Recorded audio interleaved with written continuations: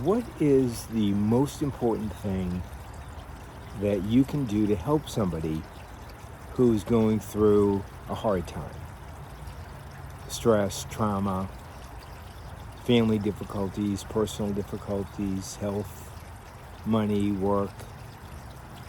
What's the most important thing you can do? Now, this also includes yourself. What's the most important thing you can do for yourself when you're going through a hard time? Dr. Fletty and I have learned from so many different people. It's amazing how difficult life can be and what people have made it through, and then how difficult it is to then cope. Most people do not work on what's really bothering them. Well, they work on it, but they work on it in ways that actually don't help very much. Well, they help right away, but they don't help really for any kind of length of time. You know, like drinking, smoking, eating, drugs, right? Anxiety, depression, isolation, shutting down. These are all coping skills, and they do work, and they do help people momentarily, temporarily, a little bit. And that's why people do those. So what about bringing things up? What about actually resolving the underlying issues, even if it was from decades ago or years ago? What about resolving it? Well, most people don't really want to do that. They're concerned, understandably. What if working on it makes things worse? And they definitely don't want that to happen. What if working on it doesn't really help? And they don't want that to happen. And what if they reach out and the person isn't the right person to reach out to? And that happens. What if they've been working on it a lot of different ways for a long time and none of it really helped? Well, that happens also.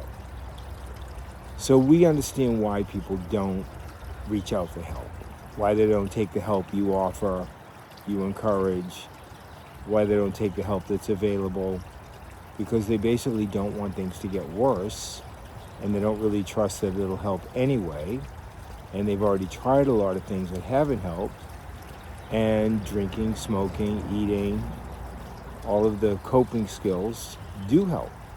Even if they are temporary and momentary, they do help. Even if they make things worse, that's not for 10 to 20 years.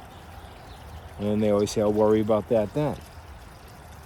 Well, Dr. Fletty and I have learned, 30 years, so many people very generously shared their stories with open minds and open hearts, allowed us to facilitate their solutions, resolutions, and healing. And they wanted us to share with as many people as we could what didn't work for them, and ultimately what did work for them.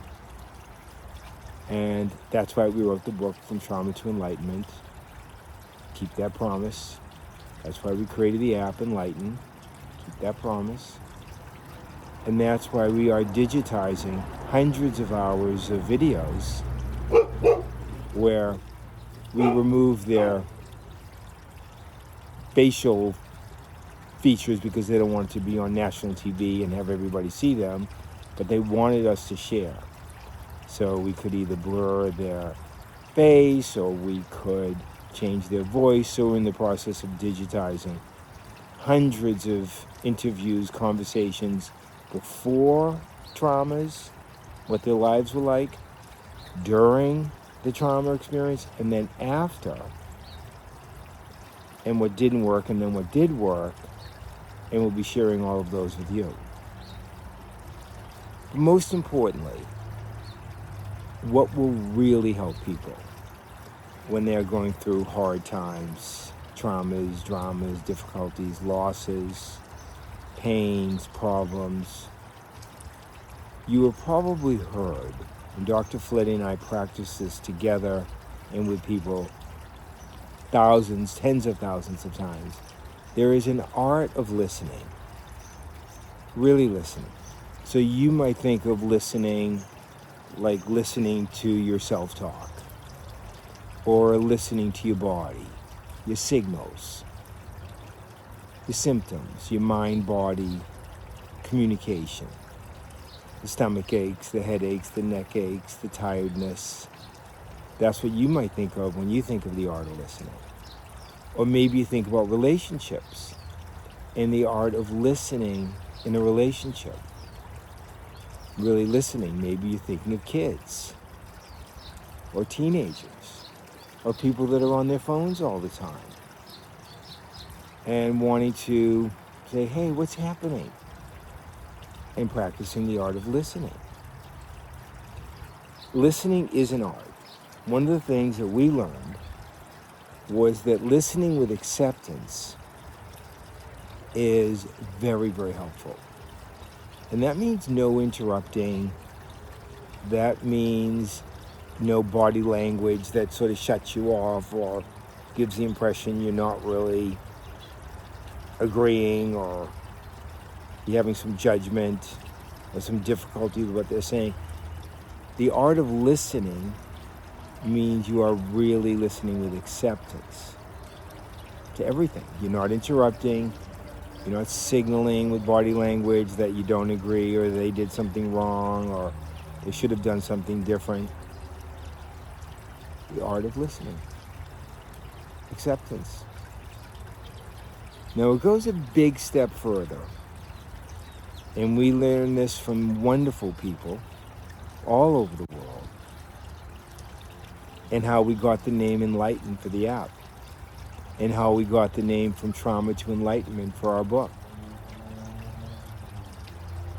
It's listening with unconditional acceptance. Without any judgment, without any criticism. Unconditional acceptance. You know. You've experienced this. If you have a pet, you know all about unconditional acceptance, giving and receiving. If you have a true friend, a great relationship, if you love Mother Nature,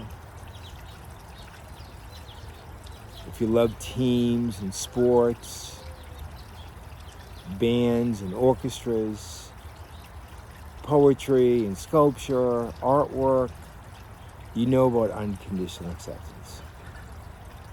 So the art of listening with people that are going through, have gone through, and maybe still going through